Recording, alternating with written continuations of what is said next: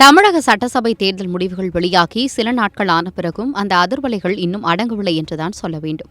இன்னும் சொல்லப்போனால் டெல்லியில் இருக்கிற பாஜக மேலிடத்துக்கு இப்போதான் நிஜமான தலைவலி ஆரம்பிச்சிருக்கு. அதிமுக கூட்டணியில 27 இடங்கள்ல கெத்தா களமிறங்கின பாஜகவுக்கு கடைசியில கையில கிடைச்சது என்னமோ வெறும் ஒரே ஒரு சீட்டு தான்.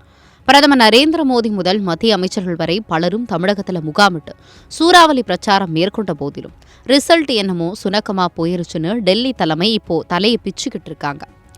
குறிப்பா சொல்லணும்னா கட்சியோட ஸ்டார் வேட்பாளர்களான மாநில தலைவர் நயினார் நாகேந்திரன், டாக்டர் தமிழிசை சவுந்தரராஜன் மற்றும் வானதி சீனிவாசன் போன்ற முன்னணி தலைவர்களை வெற்றி கனியா பறிப்பாங்கன்னு பார்த்தா ஏமாற்றமே மிஞ்சி இருக்கு. இதுதான் இப்போ ராஜதந்திர வட்டாரத்துல ஒரு பெரிய ஜோக் கலந்த சீரியஸ் விவாதமா மாறி இருக்கு.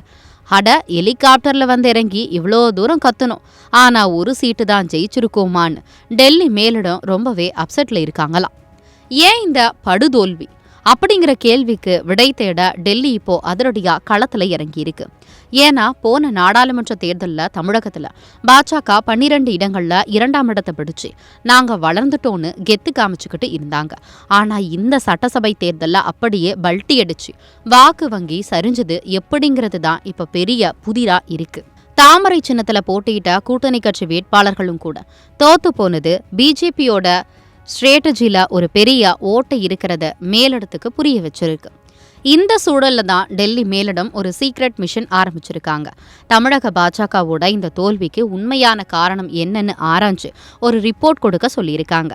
இதுக்காக ஒரு சிறப்பு குழு சீக்கிரமே தமிழகத்துக்கு வரப்போகுது. அவங்க ஒவ்வொரு தொகுதிக்கும் போய் கூட்டணி கட்சிகள் கூடவே இருந்து குடிபறிச்சாங்களா, இல்ல வேட்பாளர் தேர்வுல ஏதாவது குளறுபடி நடந்துச்சா அப்படின்னு சிபிஐ ரேஞ்சுக்கு விசாரணை நடத்த போறாங்களாம். இந்த தோல்வி ஒரு பக்கம் இருக்கு. இப்போ கட்சிக்குள்ள ஒரு புது ரூமர் தீயா பரவிக்கிட்டு இருக்கு. தமிழக பாஜக மாநில தலைவர் பதவியில இருந்து நயினார் நாகேந்திரனை மாத்திட்டு புதுசா ஒருத்தரை அந்த சேர்ல உட்கார வைக்க போறாங்களாம்.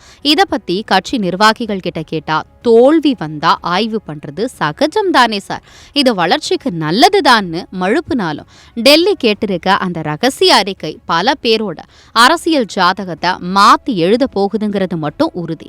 தமிழகத்துல காலுன்ற துடிச்சா பாஜகவோட இந்த திடீர் சறுக்கலுக்கு பின்னாடி இருக்கிற அந்த மர்மம் என்னன்னு இன்னும் சில நாட்கள்ல தெரிஞ்சிடும்.